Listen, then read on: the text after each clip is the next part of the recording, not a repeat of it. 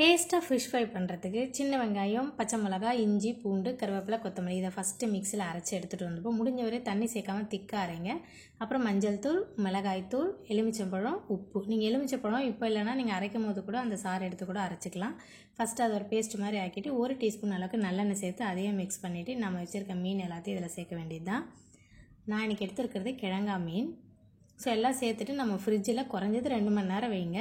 Fry பண்ணுறதுக்கு முன்னாடி மட்டும் தான் நம்ம இந்த அரிசி மாவு 1 டேபிள் ஸ்பூன், சோள மாவு 1 table spoon, pepper powder 1 teaspoon சேர்த்து நல்லா நம்ம கலந்தோம்னா உங்களுக்கு ஃபிஷ் ஃப்ரை செய்யறதுக்கு இப்போ ரெடியாக இருக்குது. எப்பவும் போல் தவாவில் எண்ணெய் ஊற்றிட்டு நம்ம ஃபிஷ்ஷை வச்சுட்டு ஃப்ரை பண்ணி எடுத்தோம்னா உண்மையாகவே செம்ம டேஸ்ட்டான ஃபிஷ் ஃப்ரை ரெடி. நீங்களும் இந்த சண்டே உங்கள் வீட்டில் செய்து பாருங்கள். உங்களுக்கு இந்த வீடியோ பிடிச்சிருந்ததுன்னா உங்கள் ஃப்ரெண்ட்ஸுக்கு ஷேர் பண்ணுங்கள், வீடியோக்கு ஒரு லைக் பண்ணுங்கள், சேனலுக்கு சப்ஸ்கிரைப் பண்ணுங்கள். மீண்டும் இன்னொரு வீடியோவில் சந்திப்போம். நன்றி, வணக்கம்.